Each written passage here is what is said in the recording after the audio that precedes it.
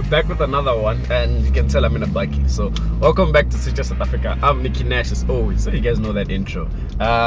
So today you guys join me in the Ford Ranger Stormtrak. So today I'm in the Ford Ranger Stormtrak in this beautiful blue. When I got this vehicle, I wasn't like really, I was happy that I'm getting it, but because I've driven the Raptor, this one came a bit, I was a bit not too happy, not necessarily happy, but I wasn't like in my mind I wasn't going to be overwhelmed by it, if I should say. But trust me, I am overwhelmed by it because of the attention it gets and how beautiful it looks and how amazing it drives. It reminds me exactly of the Ford Everest that I had on test a month or two ago, and that vehicle, I loved it. You guys know that, and I love this more than that. So let's speak about this car. You know how we did this. I'm going to speak about the exterior, interior, the drive. So the exterior, it looks very beautiful in this blue. There's a red one, but this blue, no, this blue is the one. I like it in this blue. I like it in front because of it has there by the grill, there's those red accents, and then on the side it's which is Stormtrak. It looks really beautiful. At the back it looks like a normal Ranger except for the whole Stormtrak writing, so you see the fact that it's a Stormtrak from the front. Moving on to the interior side of things, literally like just any other Ford. It literally looks like the Ford Everest. So there isn't really anything new for me per se in the interior, so I'm used to it. I know the interior of this vehicle, nothing new, but I do like the interior. The build quality is actually good as well. On the sides, and more especially here by the dashboard, for me, that's where it excels, if I should say. So the drive of the vehicle drives exactly the same as the Everest because it's based on the Everest. And you guys know I love the drive of the Everest. And by the way, speaking of the Everest, click the pop-up banner over there so you can watch my review of the Everest and then come back to this one. But this one drives very nicely. The gearbox is a 10-speed automatic gearbox.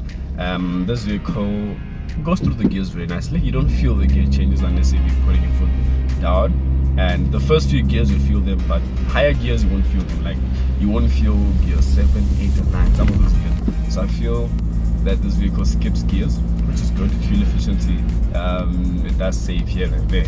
And let's speak about more onto the drive of the vehicle. Like I said, the power of this vehicle, this car has 157 kilowatts and 500 newton meters of torque. And having driven the Nissan Navara, the Nissan Navara does feel faster than this.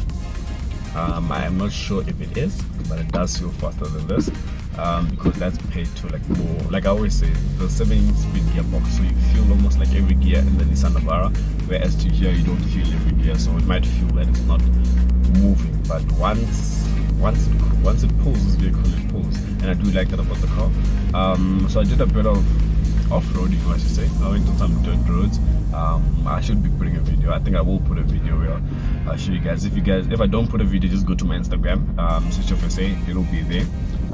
So I did go a bit of off-roading, and this vehicle, I think this vehicle semi-coated in front because this vehicle didn't get dirty at all at the front. It just got dirty at the back. So well done Ford for putting ceramic coating on this vehicle.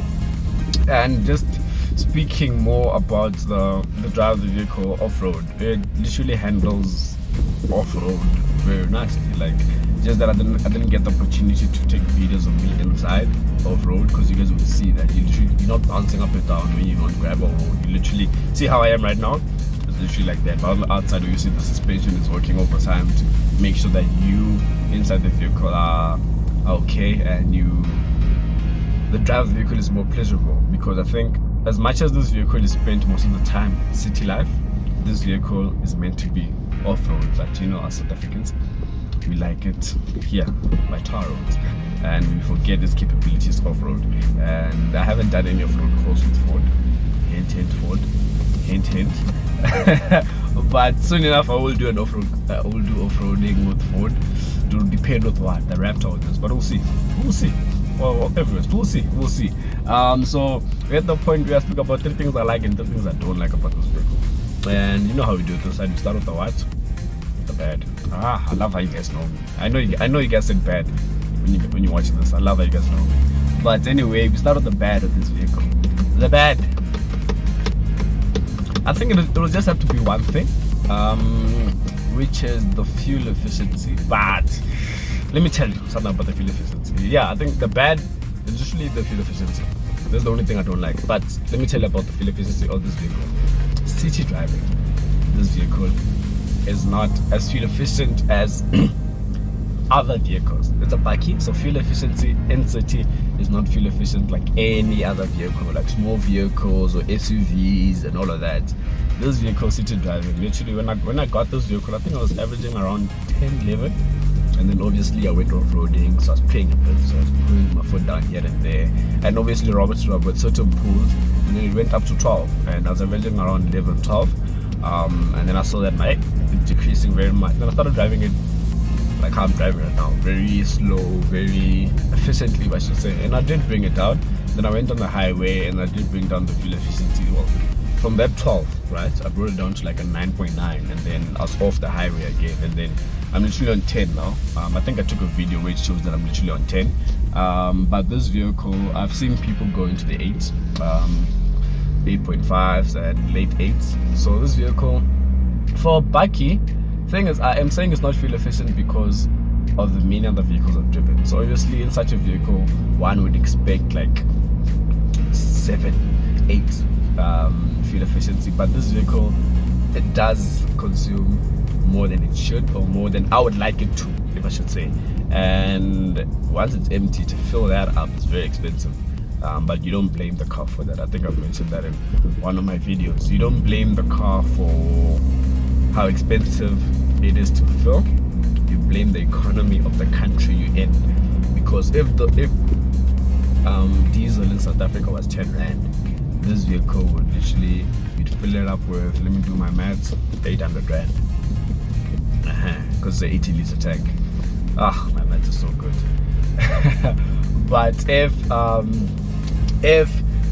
right now, because diesel is 25 liter, also you 25 times 8, I'll put it down there. Hey man, maths is killing me there. But so obviously to fill it up, you're not gonna blame the car, you blame the economy of the country in. So I think the fuel efficiency is one dislike of mine. Other than that, I don't have a dislike. The sounds, I do not have a dislike of. So let me speak about the good, the aesthetic things I like about this vehicle. I like the look of the vehicle more in front of the vehicle. It has those red accents, I like that, one. I like the look of the vehicle in this color, so that's one. Two, I like the drive of the vehicle and how nice it is to be where I am right now. Like the drive and where I am right now, like the seats and just being in here. Like same thing I said in the Everest. Three that I like about the vehicle is the sound system. The sound system of this vehicle is quite good, like it's very good. It's a very good sound system. It sounds like a very premium sound system. I personally feel like it's a premium sound system. They just didn't name it like many other brands do. But that's three things I like about the vehicle. And now at the point that do I like the car? Would I recommend the car? Would I buy the car? I mixed the order, but you guys know how it is. Do I like the car? Yes. Would I buy the car? Yes. Would I recommend the car? Yes. So why would I buy the car? Literally because I've driven the previous generation Isuzu D-Max, but there's a new one coming. There's a new one out. Not coming out. There's a new one out. I just need to get that on test. But basing this on the bakkies I've driven, including the Navara, and that is one that was very tight because I really like the Navara. I really do like the Navara, but having tested this one, I'll take this over the Navara. So I'd buy it. I'd definitely buy it. Would I recommend it? Most definitely. I would recommend it alongside things of like the Navara, the Toyota Hilux, and the Isuzu D-Max. Although I haven't driven the Hilux and the D-Max, I would recommend it to people alongside those vehicles, so people do know what they're getting themselves into. But overall, if I had a choice, I'll tell you, just go buy this car, man. Just go buy it. And so when I that means you'll see front, forward. Direct translation to English is very weird.